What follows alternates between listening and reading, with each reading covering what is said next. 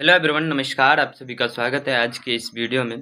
आज के इस वीडियो में एक ऐसी धमाकेदार वैकेंसी के बारे में बात करने वाले हैं जो कि आप 14 अक्टूबर से पहले यदि भर देते हैं तो ऐसा मानो कि आपकी सरकारी नौकरी पक्की ही रहने वाली है। इसमें कंपटीशन की बात की जाए तो कंपटीशन लॉ नहीं, नो कंपटीशन है, यानी कि कंपटीशन की बात की जाए तो बहुत कम कंपटीशन है। यह कंपटीशन क्यों कम रहने वाली है, सभी फैक्ट्स मैं आपको बताऊँगा। और सैलरी की भी बात की जाए तो इसमें सैलरी 75,000 प्लस सैलरी रहने वाली है। तो आज की इस वीडियो में हम पूरी जानेंगे कि इसमें उम्र कितना चाहिए, योग्यता कितना चाहिए, पात्रता कितना चाहिए और सिलेबस क्या-क्या है। पात्रता में कि कौन-कौन सी डॉक्यूमेंट आपको लगने वाली है इसको फॉर्म को भरने वाले में। तो चलिए हम तेज़ी से देखते हैं।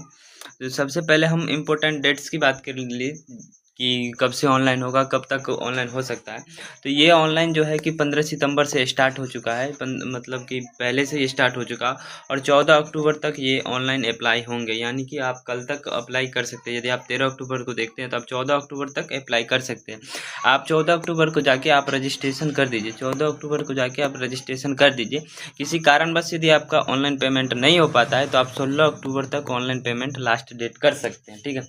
इसके बाद हम ऑनलाइन पेमेंट यानी फ़ी की बात करें कि ऑनलाइन करने में कितने लगेंगे, तो जनरल, ओबीसी और ईडब्ल्यूएस कैंडिडेट के लिए मात्र 500 रुपये रखे गए हैं। उसके बाद एससी और एसटी के लिए बात किया जाए तो एससी, एसटी और ईबीसी के लिए बोले तो ये 250 रुपये ऑनलाइन फ़ी एग्ज़ाम का रखा गया है। उसके बाद किसी भी कैटेगरी का फीमेल है, यानी किसी भी कैटेगरी के महिला, सभी कैटेगरी के महिला के लिए मात्र 250 रुपये रखे गए हैं।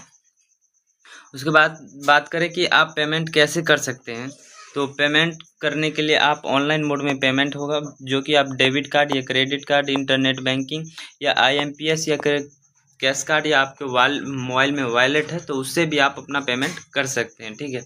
तो आगे देखते हैं कि एज लिमिट्स क्या है। तो एज लिमिट्स आपको 1 जनवरी 2026 तक रखा गया है। यदि 1 जनवरी 2026 तक आपका 20 साल हो गया है तो आप इस फॉर्म को भर सकते हैं।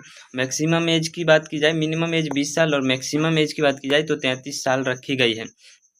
उसके बाद एज रिलैक्सेशन की बात की जाए तो वो एज रिलैक्सेशन जो उनके नियम होंगे उनके अनुसार तो मिलेगा। ओबीसी के लिए 3 साल और एससी एसटी के लिए 5 साल जो मिलता है मिलेगा।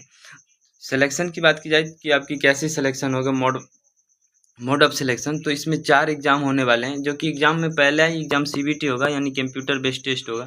इसकी सिलेबस की बात की जाए तो ओनली मैथ्स एंड रीजनिंग है। केवल आप यदि मैथ्स और रीजनिंग आपका अच्छा है तो आप इस एग्ज़ाम को क्वालिफाई कर सकते हैं, ठीक है। उसके बाद सीबीएटी होगा और सीबीएटी होगा, उसके बाद डॉक्यूमेंट वेरिफिकेशन होगा और मेडिकल में आप ध्यान रखेंगे यदि A2 ग्रेड का मेडिकल मांगा गया है, यानी कि आप किसी भी ग्लास का व्यवहार नहीं करते हैं, यानी कि आप चश्मा नहीं पहनते हैं, तो तभी आप इसमें क्वालिफाई हो पाएंगे। तो चलिए वो कौन सी वैकेंसी है मैं आपको बताता हूँ। अब वो वैकेंसी की बात की जाए कि कौन सी है, तो ये वैकेंसी आरआरबी की तरफ से निकल के आ रही है। ये आरआरबी सेक्शन कंट्रोलर की है, यानी कि कौन ट्रेन कब आएगी, यही आरआरबी सेक्शन कंट्रोलर का ही काम होता है कि कौन ट्रेन किस पटरी पे जा रही है, यही आपको कंट्रोल करना है और इसी की जानकारी रखनी है। इसमें टोटल पोस्ट की बात की जाए तो टोटल पोस्ट 368 पोस्ट है और ये आरआरबी सेक्शन कंट्रोलर रिक्वायरमेंट 2025 के तरफ से निकल के आ रही। कैटेगरी वाइज वैकेंसी की डिटेल्स की बात की जाए तो ये सेक्शन कंट्रोलर की यानी जनरल में 174 पोस्ट है और ईडब्ल्यूएस में 24 पोस्ट है और ओबीसी में 80 पोस्ट है और एससी में मतलब 56 पोस्ट है। शायद एसटी में कोई पोस्ट नहीं निकल के आया।